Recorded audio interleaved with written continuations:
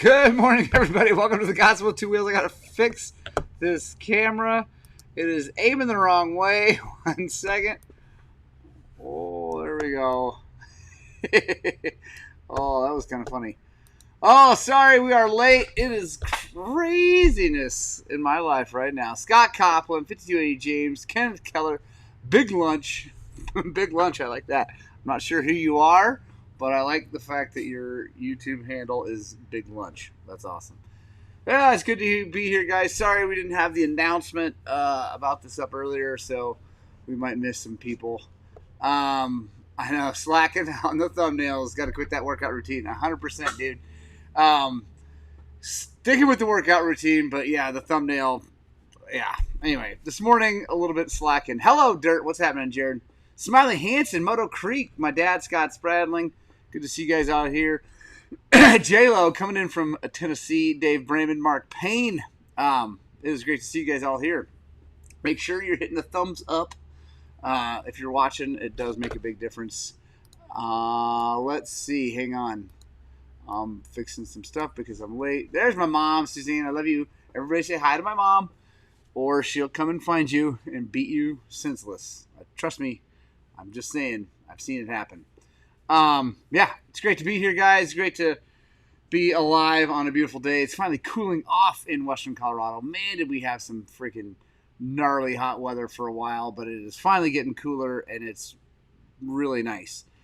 Quick update on things that's happening. We are riding the plateau. Probably one of the last times we're going to ride the plateau. Maybe the last time we ride the plateau for a Thursday night. Days are getting shorter. That's one part of it. The other part is that a lot of the big trails are closing. So for Labor Day because of hunting and all that stuff. So a lot of the cool guy trails are closing for the season. So we're going to get up there. We're going to ride this evening until it gets dark and all that. So it's going to be fun. We're going to meet. Let's do. All right. We're going to meet at the Dave Wood Cattle Guard because that's a little closer than Highway 90. We'll get a little more riding in that way. Yeah, so it's going to be awesome. My dad says, she's a mean woman. Take it from me. And 5280 James, yes, it is going to be Hero Dirt today. It was been raining the last few days. It's been absolutely beautiful here. Dave McPherson coming in from Boston, Massachusetts. I like it, man. Right on. Let's see, 54 yesterday morning in Tennessee. Holy crap, Kenneth, that's amazing. Make sure I didn't miss anybody. Right on. Yeah, guys, it's crazy. Just what do you guys want to talk about? I have no agenda for the day, so you guys just shout out what you want to talk about. There's Random Rants coming in from Australia. And yes, I am still coming over there. It won't be till 26, but yeah, I'm coming to Australia. Hopefully 26 is the year I get to make it over there. Roger Hurst says it's only going to be 91 today in Lake Havasu. That's pretty awesome. And it's raining. That's awesome. Rain. Oh man, I've been there in the rain, and it is amazing, amazing, amazing riding when it rains out in Havasu, because that dirt is all decomposed granite, just like soaks up the water and just gets really, really, really good. Let's see what else is going on. Man, this camera is doing. I don't know how's the picture look to you guys. Looks good to me. Just looks kind of funky, like it's doing something. I don't know. Anyway, what's in Missouri in September, Dad? That's the National Hare and Hound, or National Enduro that I'm coming to.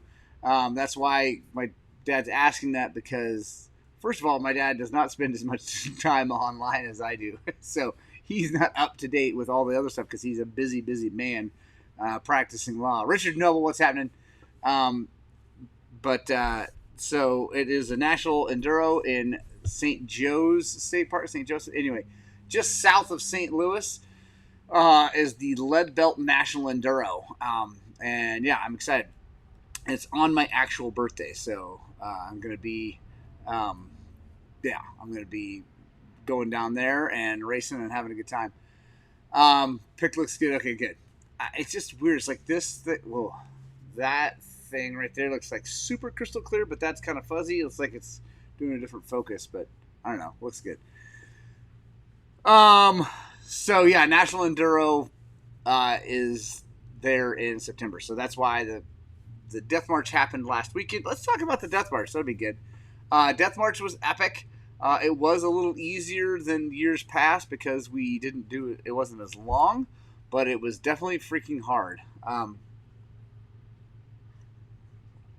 J-Lo, I'm not going to continue to Tennessee after the Missouri race. If I had time, I totally would, but I don't have time. I got to get back. Yeah. And I need to, I don't know. The whole Tennessee East Coast thing, I'm just bad when it's slippery and in the rocks and what you guys have, and so I don't know that I would really have that much fun. Like, I would struggle so much that I don't know how much fun I would have getting back there and into that kind of stuff. I mean, it'd be fun, I guess, because I'm riding dirt bikes, but, like, man, I don't know. It would be tough. We'll see. So one of these days, I will make it that way eventually. But you'll know that here's an interesting little tidbit of information. There's lots of people take trips to Colorado and out west and Idaho and whatever from all over the country to ride dirt bikes. Not a lot of us take trips back east to ride because it's just not, it's really nice out here.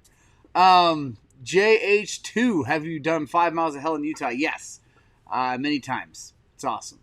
Great trail. Really good trail. Did it on my XR650 once, and that was my, that's my crowning achievement on 5 miles of hell is I got an XR650 through it. With a little help on a couple sections. Well, really just the crux. I had to have kind of some spotters and help get that thing up a couple of ledges, but... did you say they had a GP at a ski resort in Big Bear? Did you see they had a GP at Big Bear, California? It looked cool. Oh, might have to come up. Oh, dude, that looks awesome, Roger. I did not see they had a GP. That would be fun. Hello, Dirt. The WR handled Rico with ease. The 12 front did star the next day and have come to the conclusion as you. This bike rocks. Yes. Dude, Jared, that's what I'm saying. The WR... it's freaking amazing, and if you look back in there, you can see it. It's on my lift because I was installing. Sorry, my email just went off. I was installing the SX1 Pro ECU onto it, so I didn't film the install because it's kind of, I don't know, it's just to take things off, put it on. It's not that exciting. I will be filming a video about it, but I'll give you guys the quick and dirty lowdown. I like it. Lots of control. Really cool things. I can change the fan temp on and off. I can do all kinds of cool stuff like that. I really, really like that about it. So far, I can't make the lights work with it on there. I mean, I can wire a separate circuit in there and make the lights work and all that, and that's probably what I'll end up doing. But I can't figure out how to like turn the lights on with the ECU like I do with the stock ECU. And I don't know. Well, you can't do this on the stock one either. You can't get. I can't upload a map from someone else that someone else gave me. So. Because like Cody Webb gave me a couple maps and I can't upload them to my app because I think you have to have the software, which is like $1,900. So yeah, so there might be some growing pains with the SX1 ECU, but I really like the controller. Oh, it's also giving me a fault code, which is weird because the bike runs perfectly. I don't know. I think it might have something to do with the fact that it's on a WR, not a YZ, and it was built for a YZ. And anyway, the bike runs great, so we're going to test it out tonight. The map that I built for it, and I think it's going to be good. It's going to be fun. It's going to be good. So, but it's been a little bit of a struggle, and I think, though, I will be able to get the bike to run better with the SX1 and the big bore than I would if I just used the stock ECU and the tuner app. Let's see. Mike reminds, suspension question. 240 with gear, 300 XCW 25 model. Got the Del Saggio XR top kit, blah, blah, blah. What fork springs and rear springs would you set up with woods in the on the East Coast? Oh, Mike, I'd have to look that up. Email me. I'll get you that. I'm in the fronts. I'm going to stab at it like 5 O's on the front and like 5.2, 5.4 on the back, but I'd have to look that. Don't take that as gospel. I will figure it out. Email me, morgan@highland-cycles.com. I will get you that official. Jay Wild, we don't go back east because we have so much public land. That's the thing. Steve Thompson, what's happening, man? Does the new ECU have a different app? Yes, it does have a different app. The SX1 Athena We Get WIGET is their app. And like I said, way more control over the bike, which is really, really cool. And if you buy the big boy software, then you get a ton of control, and you can change the barometric pressure adjustments and all kinds of stuff to really dial the thing in. Way more so than you can with just a normal, the tuner app on the Yamaha tuner app. So it's really cool. Bring back the Roost Boost. Yes, I love it. I gotta try the wig tire. I know Kenneth Keller's yelling at me. He gave me a tire that has been hanging out for too long, and I know. I'm sorry. I've been now with the help with IRC. I will definitely do it. I've also got 2 other tires from a company that I gotta try. So yeah, once I get through this national, we're gonna start trying tires and all kinds of things that I can relax a little bit as we go into the thing. In 5280, can I send my Athena to Cody? Yes. And that's what I'm going to do. I'm going to send the ECU to Cody and have him tune it, just slap his tune in it for me, and we'll be good. But he's in Europe right now, heading to Newcastle to race the Tyne Ride. It's an enduro cross right on a river in Newcastle. It's going to be awesome. Sarah Dell, what's happening? Jason Roberts, good morning. Make sure I don't miss anybody else here. But yeah, so the WR, let's just talk about let's go back to the Death March. WR did so well. I did re-gear it. I have, and obviously had the big bore on it. I had, it's a 1250, I think is what I'm running right now. On it. It's not easy to do on the 25 bike to get the 12 to fit. Like, there's a whole thing that I had to do, and I forgot to film it because I was doing it in the front room of the shop, and just anyway, but a normal 12 will not fit onto that bike because of the cases. So, Jared, yours must be different, like the last iteration of the motor, and it has a different thing because like there's this little ridge on the cases where the thing won't go. Brian H, hi Brian H, how are you? So yeah, anyway, I got the 1250 on there. The big bore performed great, except I had one issue with the mapping. It was only when the bike was wide open and going up this big steep hill on Horseshoe that it showed itself. Everywhere else, the bike ran flawlessly with 0 issues. And so I didn't figure out what that exactly was because I switched the ECU already. But I will probably put it back on there and do some other things to kind of figure things out. But and now that I know how to do it, I might be able to just swap ECUs kind of like quickly and just like put the stock one on there, and then I'll have an extra map switch on it for a little bit, but whatever. But yeah, I think I can just take the left side cover off, swap ECUs, and go. So maybe if I know I'm going to do a night ride or whatever.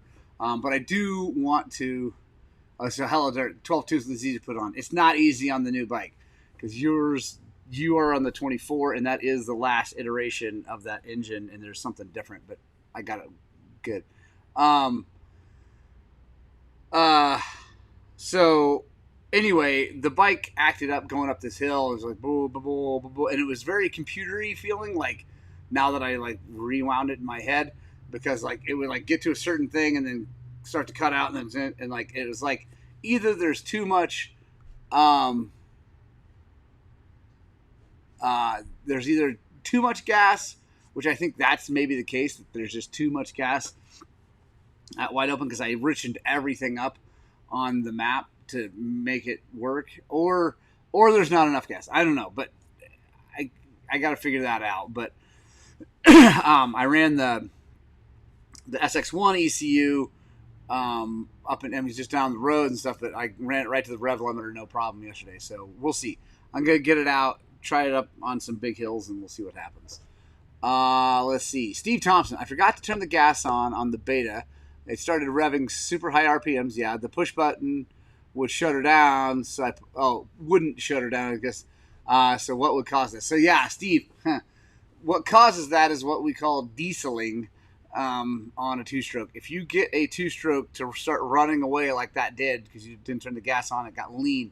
They diesel, meaning that they get hot enough that they start to just combust on their own without spark, because that's how a diesel works. And so that's what does it. And yeah, so next time, Steve, something to think about or remember or keep in your back pocket is if it starts to do that, shove the thing into gear, stand on the rear brake, and dump the clutch. Get it shut down right away.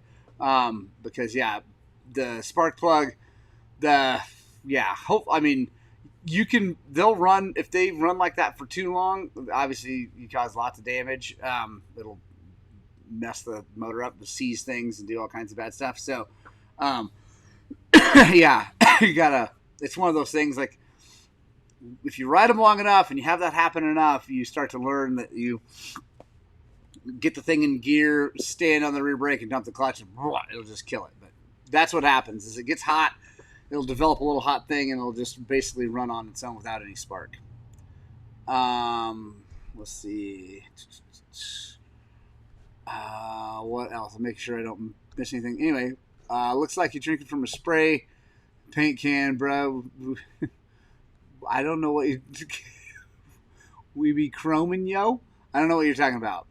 Random rants. I'm not sure what you're talking about, unless the picture looks funny and I look like I'm covered in chrome paint. But let's see. I don't know. Random rants, man. I gotta meet you because I've watched your videos. You look like a fun dude. Oh, here we go. Jay Wild. I got a new 24 XC 125. Starts, runs for a bit, then fouls the plug. What should I do? I don't know. Check the main seals, like the main seals. Make sure it's not sucking tranny oil. Steve Thompson. Yeah. Make sure it's not sucking tranny oil to foul the plug. Also, check the electrical system. Make sure the ignition system is good.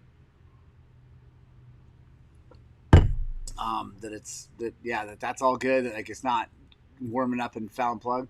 5280, I agree. I'm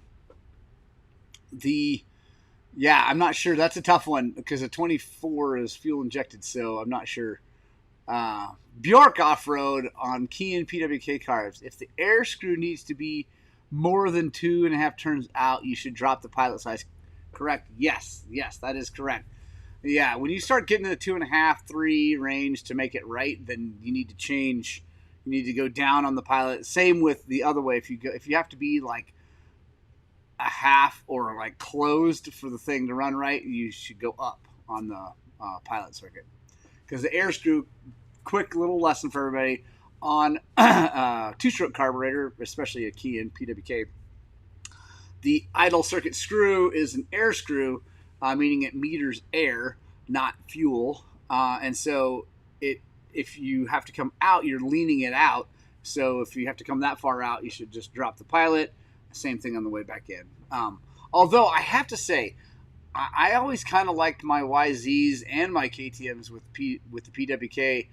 I kind of like the jetting to be where I had the air screw between like a half and 1 ounce. So pretty far in, meaning I had a pretty rich pilot in there, just because they come off the bottom really, really good when you richen up that pilot. I like that. And then if you what am I trying to say? It doesn't real. I don't ride my 2-strokes down real low all the time. I usually rev them a little bit more. It's probably why I'm not that great a rider, because I don't lug it around like I probably should. But yeah, anyway.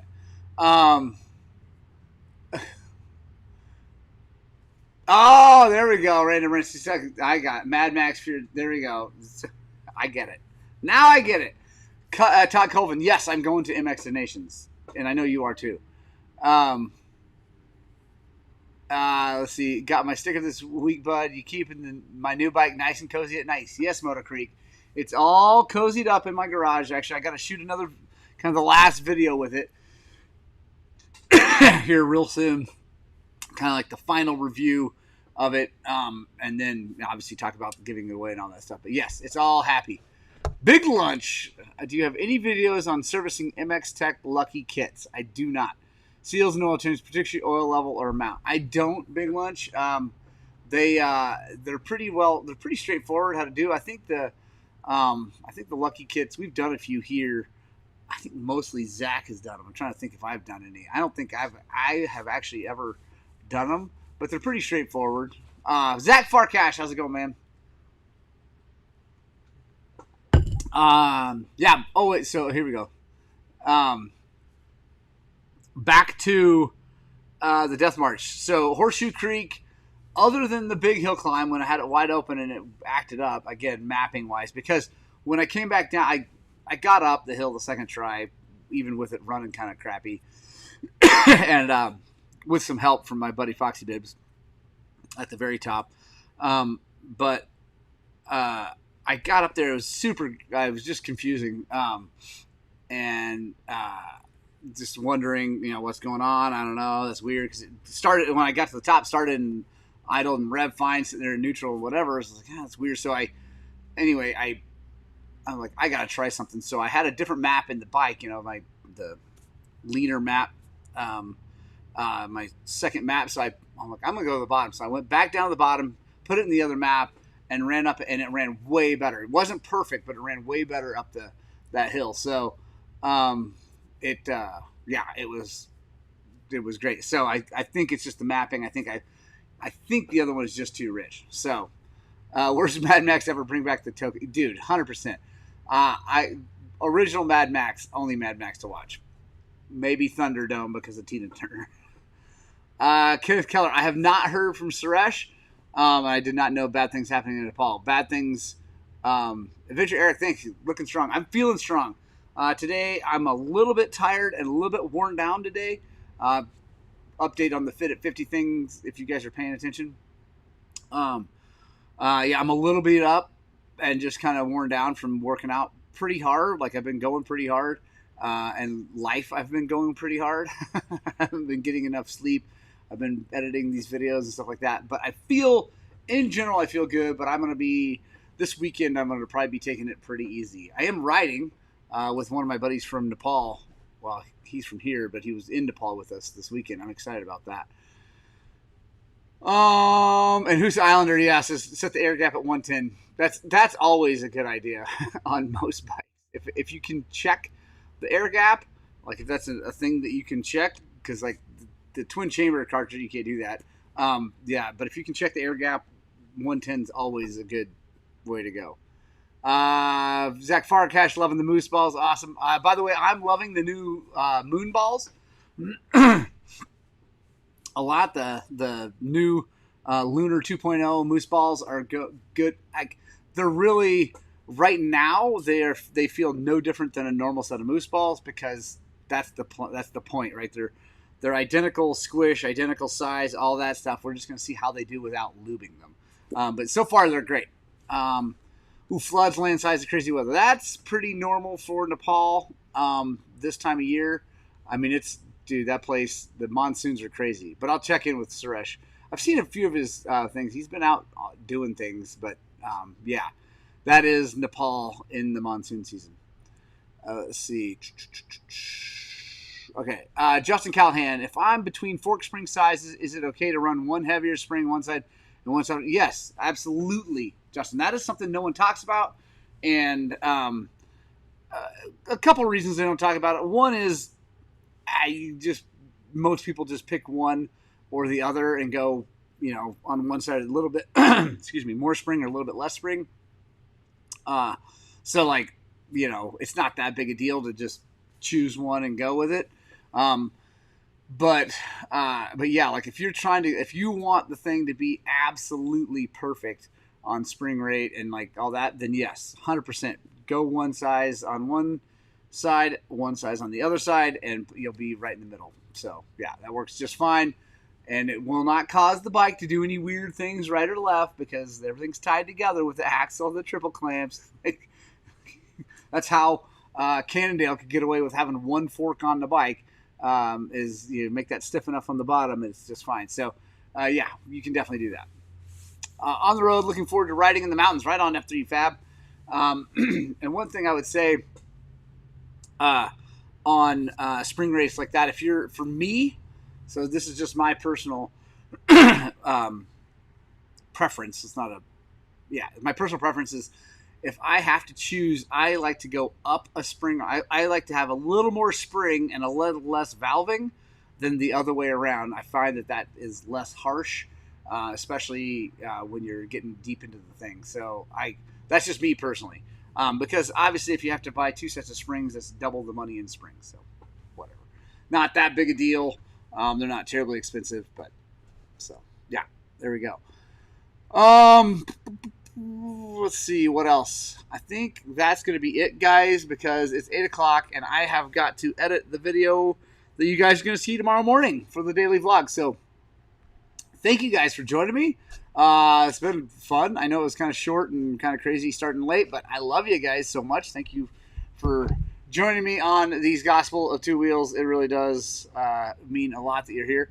Hey, there's another guy from Australia. Roger heard, yeah, a lot of mountain bikes run spring on one side, damper on the other. I mean, the air fork, that's exactly what the air fork is that. So, yeah. Anyway, I love you guys. I'm going to leave you with the Bible verse because I love Jesus too. I'm actually going to leave you with the one that I used yesterday on my personal Facebook page. But Proverbs 14:23, work brings profit, but mere talk leads to poverty. Take that, think about that. It's all about hard work, folks. It's all about hard work. I love you guys so very much. Thank you so much for joining me on this crazy adventure of YouTube and dirt bikes and all that stuff. It does mean a ton that you guys watch this stuff. So, yeah, I love you, and I hope that what we're doing is inspiring you guys to work on, but more importantly, get out and ride. You dirt bikes!